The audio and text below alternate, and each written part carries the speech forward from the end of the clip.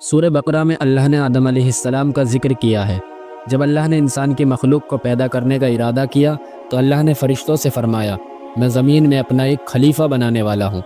فرشتوں کو لگا کہ شاید ان کی عبادت میں کوئی کمی رہ گئی ہے، اس لیے اللہ نے نئی مخلوق بنانے کا ارادہ کیا ہے۔ فرشتوں نے جنوں جیسی دوسری مخلوق کو دیکھا تھا جو زیادہ عقل نہیں رکھتے تھے اور خون خرابہ کرتے تھے۔ فرشتوں نے اللہ سے کہا، اے اللہ، ہم تیری تسبیح، حمد اور پاکی بیان کرتے ہیں۔ کیا تو ایسی مخلوق پیدا کرے گا جو زمین میں فساد کرے گی اور خون خرابہ کرے گی؟ اس کے جواب میں اللہ نے فرمایا، جو میں جانتا ہوں وہ تم نہیں جانتے۔ فرشتوں نے آپس میں کہا، اللہ تعالیٰ جو بھی مخلوق پیدا کرے وہ ہم سے زیادہ علم نہیں رکھ سکتی۔ پھر اللہ نے آدم علیہ السلام کو علم سے نوازا اور انہیں کچھ چیزوں کے نام سکھا دیے۔ اللہ نے آدم علیہ السلام کو فرشتوں کے سامنے پیش کیا اور کہا، اگر تم سچے ہو تو ان چیزوں کے نام بتاؤ۔ فرشتوں نے کہا، ہم اتنا ہی علم جانتے ہیں جتنا تو نے ہمیں سکھایا ہے، اس کے سوا ہمیں کچھ نہیں معلوم۔ پھر اللہ نے فرمایا، اے آدم، تم بتا دو ان چیزوں کے نام۔ جب آدم علیہ السلام نے چیزوں کے نام بتا دیے تو اللہ نے فرشتوں سے فرمایا، میں نہ کہتا تھا کہ میں آسمانوں اور زمین کی پوشیدہ چیزوں کو جانتا ہوں۔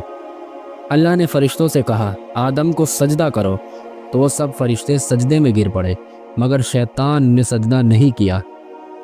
اللہ نے فرمایا، اے ابلیس، تجھے کیا ہوا کہ تو سجدہ کرنے والوں کے ساتھ شریک نہ ہوا؟ شیطان نے تکبر میں کہا، میں انسان کو سجدہ نہیں کر سکتا، جسے تو نے مٹی سے بنایا ہے میں اس سے بہتر ہوں، تو نے مجھے آگ سے پیدا کیا ہے۔ اللہ نے کہا، یہاں سے نکل جا، تو مردود ہے، تجھ پر قیامت کے دن تک لعنت برسے گی۔ شیطان نے کہا، مجھے قیامت تک مہلت دیں۔ اللہ نے کہا، تجھے مہلت ہے۔ شیطان نے اللہ سے کہا، تو نے مجھے گمراہ کیا ہے، اب میں انسان کو سیدھی راہ سے بھٹکاؤں گا، میں ان کے آگے سے، پیچھے سے، دائیں سے اور بائیں سے ان پر حملہ کروں گا، اور میں ان میں سے ادھکتر تجھے شکر گزار نہیں ملیں گے۔ اللہ نے کہا، تو یہاں سے نکل جا، ذلیل اور خارج، جو تیرا کہنا مانے گا میں ضرور ان سب سے جہنم کو بھر دوں گا، لیکن میرے خاص بندوں پر تیرا کوئی زور نہیں چلے گا۔ جنت کی ساری نعمتوں کے باوجود آدم علیہ السلام جنت میں اکیلا پن محسوس کرتے تھے۔ پھر اللہ نے حوا علیہ السلام کو بنایا تاکہ آدم علیہ السلام ان سے سکون پا سکے۔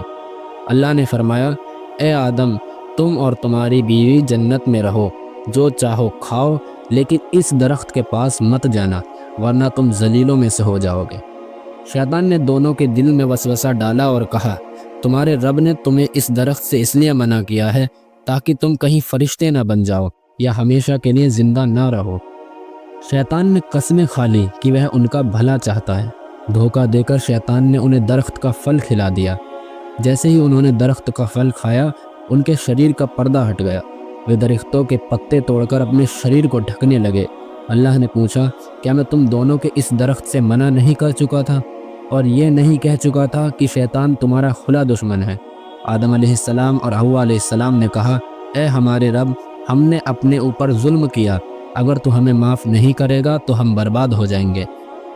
اللہ نے فرمایا، تم سب جنت سے نیچے اتر جاؤ، اب سے تم ایک دوسرے کے دشمن ہو، تمہارے لیے زمین پر رہنے اور ایک وقت تک فائدہ اٹھانے کی جگہ ہے۔ اب تم کو وہی زندگی گزارنی ہے، وہیں مرنا ہے اور وہیں پھر سے پیدا ہونا ہے۔ آدم علیہ السلام نے 40 سال تک اللہ سے معافی مانگی۔ اللہ نے رحم فرما کر انہیں معاف کر دیا۔ اللہ نے فرمایا، جب میری طرف سے کوئی نبی تمہارے پاس ہدایت لے کر آئے تو اس کا کہنا ماننا، جو میری آیتوں کو جھٹلائے گا وہ ہمیشہ کے لیے جہنم میں رہے گا۔